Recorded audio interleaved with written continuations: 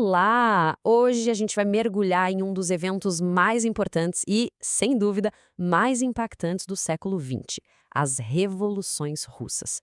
É uma história complexa sobre o fim de um império, o colapso de uma sociedade e o nascimento de um poder completamente novo.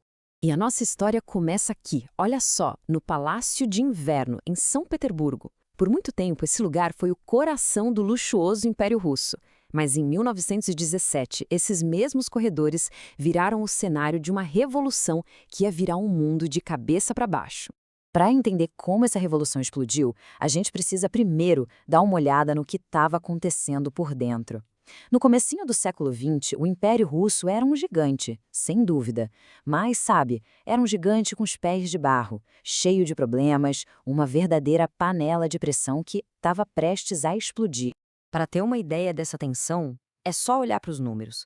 O desequilíbrio social era absurdo. Pensa só, 85% de toda a população eram camponeses, a maioria vivendo numa pobreza extrema. Enquanto isso, uma elite minúscula, de apenas 2%, controlava toda a riqueza e o poder do país. E o contraste no dia a dia era brutal. De um lado, você tinha a nobreza, dona de terras imensas, vivendo no luxo e, claro, apoiando o imperador. Do outro, a grande massa da população, sem acesso à terra, encarando jornadas de trabalho de até 14 horas por dia e sem praticamente nenhum direito. A tensão social era, assim, quase palpável. E quem estava no topo de tudo isso? O Tsar Nicolau II. E o que significava ser um czar, basicamente significava ter poder absoluto. Ele governava de forma autoritária, sem nenhuma constituição ou parlamento para frear suas decisões. Qualquer oposição era esmagada pela polícia política e pelo exército. Mas é claro que existia oposição, só que ela crescia escondida na clandestinidade. Dentro do principal partido de oposição, o Partido Operário Social Democrata, surgiram dois grupos. De um lado, os bolcheviques, liderados pelo Lenin. Eles eram os mais radicais, queriam uma revolução socialista para ontem. Do outro, os mencheviques, que eram mais moderados, achavam que a transição tinha que ser mais gradual. E essas duas visões, claro, iam bater de frente. Então, em 1905, aquela panela de pressão finalmente soltou um pouco de vapor. Muita gente chama esse ano de ensaio geral para a grande revolução que ainda estava por vir. O que acendeu o estopim foi uma derrota desastrosa na guerra contra o Japão. A insatisfação popular explodiu. Em janeiro de 1905, um protesto pacífico em frente ao Palácio de Inverno foi recebido a balas pelas tropas do Czar. Esse episódio, o Domingo Sangrento, chocou o país e foi o gatilho para uma onda de greves que simplesmente paralisou a Rússia. Pressionado, o Czar teve que ceder. Ele permitiu a criação de um parlamento, a chamada Duma. Então, no papel, a Rússia virou uma monarquia constitucional. Mas a realidade era bem diferente. O ponto principal é que Nicolau II ainda tinha o poder de fechar a Duma quando bem entendesse. Ou seja, na prática, os problemas reais do povo continuavam ali, sem solução. E aí veio a Primeira Guerra Mundial. Se a guerra contra o Japão foi uma faísca, a Primeira Guerra foi o galão de gasolina que fez a panela de pressão explodir de vez. Olha só esse número, é assustador. Até 1917, cerca de 5 milhões de soldados russos já tinham morrido na guerra. O exército estava em frangalhos, mal equipado, a economia do país estava em colapso e a fome se espalhava pelas cidades. O custo humano era simplesmente insustentável. Em fevereiro de 1917, a situação explodiu. Protestos gigantescos forçaram o Tsar a abdicar.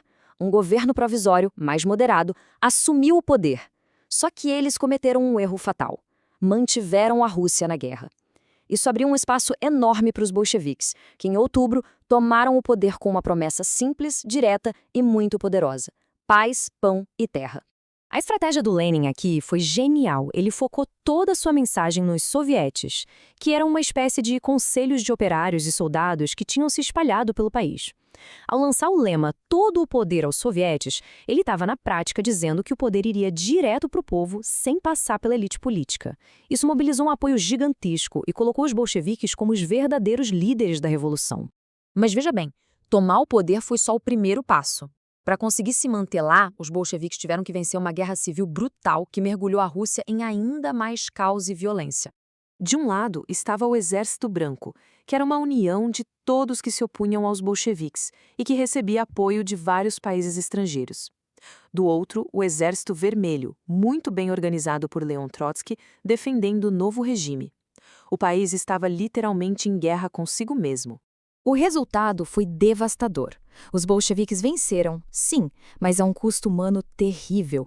Estima-se que 13 milhões de pessoas morreram. A economia ficou completamente arrasada. E aquela promessa de um governo dos trabalhadores acabou se transformando numa ditadura de partido único com todo o poder centralizado.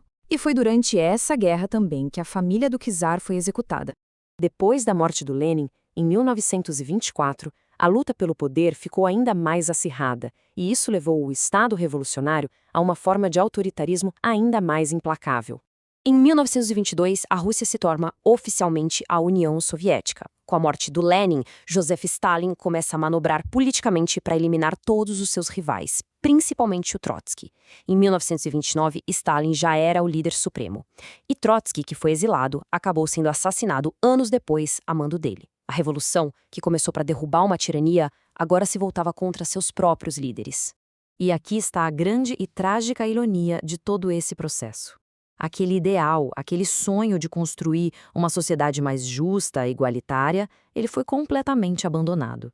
No fim, a União Soviética se tornou um estado totalitário controlado por uma nova elite, a burocracia do Partido Comunista, e a população continuou a viver sob opressão. E tudo isso nos deixa com uma pergunta fundamental. A saga das revoluções russas, que começou com uma busca desesperada por libertação, nos força a refletir. Como e por que um movimento que nasce para libertar os oprimidos pode, no final das contas, criar uma nova e talvez até mais eficiente forma de opressão? É uma pergunta que continua ecoando pela história.